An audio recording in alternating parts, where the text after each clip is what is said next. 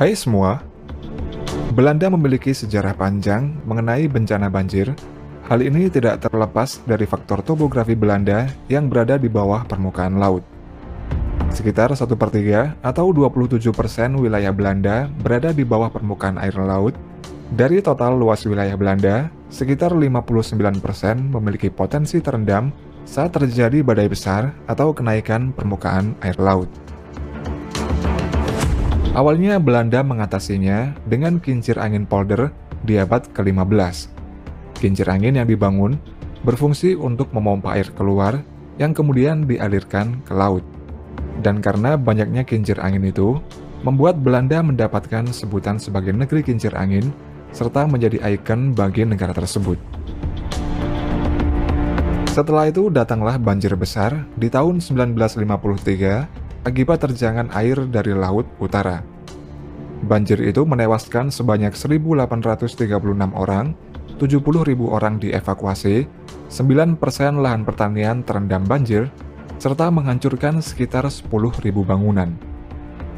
Dan agar bencana serupa tidak terulang lagi, setelah kejadian itu, Belanda membuat proyek yang bernama Delta Works. Proyek Delta Works merupakan sistem pencegahan banjir yang terdiri dari peletakan 13 bendungan, termasuk pintu air, lok, tanggul, dan banyak lagi untuk melindungi Belanda dari banjir Laut Utara.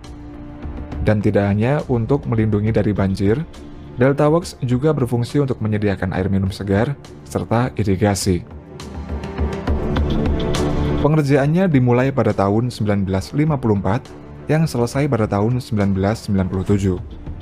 Megaproyek ini diakui sebagai salah satu dari 7 keajaiban dunia modern oleh American Society of Civil Engineers. Di antara bangunan terbesarnya, Oosterschelde Ring adalah bendungan terbesar dari 13 bendungan dalam proyek Delta Works. Panjangnya sekitar 9 km, yang terdiri dari 62 pintu baja untuk mengatur aliran air dan merupakan bagian yang paling sulit serta paling mahal dalam proyek Delta Works. Karena pada waktu itu, perkembangan model komputer serta simulasi perangkat lunak belum seperti saat ini, mereka menggunakan water loop box, yakni tempat pengujian sebelum konstruksi Delta Works dimulai. Sebelum konstruksi dimulai, para insinyur mencari lokasi uji coba agar dapat mempelajari efek dari membendung lautan. Mereka membangun model skala hidrolik dari bendungan, pintu air, tanggul hingga penghalang badai di tempat yang dikenal sebagai water loop box. Pada dasarnya water loop box berguna untuk membuat tiruan dari alam pada tingkat tertentu dalam skala yang lebih kecil. Untuk proyek Delta Works, mereka membangun 35 model skala besar yang mensimulasikan berbagai komponen dari proyek Delta Works. Selain untuk pengujian Delta Works, water loop box juga digunakan oleh insinyur dari berbagai negara untuk menguji pelabuhan, sungai, hingga pantai. Akan tetapi, seiring perkembangan model komputer, water loop box ini ditutup pada tahun 1996 dan saat ini menjadi salah satu tujuan wisata di Belanda. Seperti pembangunan penghalang badai Vestergaard Dam pada tahun 1961. Bangunan ini merupakan struktur ketiga yang dibangun serta bagian dari sistem manajemen air Delta Works. Penghalang badai itu memiliki panjang 2,8 km yang berfungsi untuk menghentikan aliran air dari Laut Utara serta sebagai penghubung antar pulau. Dengan adanya penghalang badai Vestergaard Dam juga bertujuan untuk menciptakan danau yang dapat menyediakan air tawar.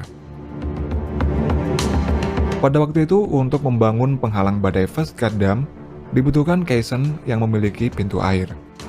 Hal ini dikarenakan di tempat akan dibangunnya bendungan memiliki arus pasang surut yang kuat, sehingga untuk memudahkannya digunakan sluice caisson yang memiliki pintu air. Berbulan-bulan sebelum proses pemasangannya, dilakukan pengujian model hidrolik di water loop box. Para insinyur membuat model skala kecil dari sluice caisson. Semua telah diperhitungkan oleh para insinyur. Bahkan saat caisson berputar, para insinyur memikirkan metode terbaik agar dapat terpasang dengan aman. Ketika caisson telah dipasang di posisinya, para pekerja melepas penutup caisson, kemudian pintu air diangkat dengan mesin derek. Proses melepas dan membuka pintu air ini pun sama persis dengan yang dilakukan oleh para insinyur di Waterloo Boss. Tujuan dibukanya pintu air adalah agar arus pasang surut yang kuat di kanal itu dapat berkurang, dan berkurangnya arus itu pun telah diprediksi oleh para insinyur saat pengujian model. Nantinya ketika semua caisson telah terpasang, barulah secara bersamaan ketujuh caisson akan ditutup pintu airnya. Untuk saat ini, tempat di mana bendungan First God ini berada merupakan lokasi rekreasi populer bagi wisatawan, terutama untuk windsurfing. Sedangkan di bagian sisi utara bendungan terdapat pantai sebagai tempat rekreasi yang luas. Penggunaan model juga masih digunakan, seperti dalam proses renovasi bendungan Afsluitdijk. Sebelum proyek Delta Works, untuk mengatasi banjir, pada tahun 1927-an, Belanda membangun bendungan yang merupakan karya modern pertama di Belanda. Bendungan sekaligus jalan raya ini merupakan bagian penting di Belanda yang membentang sepanjang 32 km dan menutup Itzelmer dan Laut Wadden. Karena telah berumur lebih dari 90 tahun, sehingga diperlukan renovasi skala besar. Dalam renovasinya, bendungan akan diberi revetment atau struktur pelindung baru di bagian sisi Laut Wadden. Nantinya akan diberi tambahan lapisan baru dari beton tulangan, sehingga bendungan dapat bertahan dari erosi maupun badai ganas yang datang tiap 10.000 tahun sekali. Lokasi untuk menguji lapisan pelindung yang baru dinamakan Delta Flume. Delta Flume ini merupakan fasilitas yang dapat menghasilkan gelombang air buatan terbesar di dunia. Pada Delta Flume memiliki panjang 300 meter, lebarnya 5 meter, kedalamannya 9,5 meter, dan dapat menghasilkan gelombang air yang tingginya mencapai 5 meter. Di tempat uji ini, akan dibuat model skala dari lapisan pelindung yang baru yang nantinya akan dipasang pada sepanjang bendungan Afsluitdijk.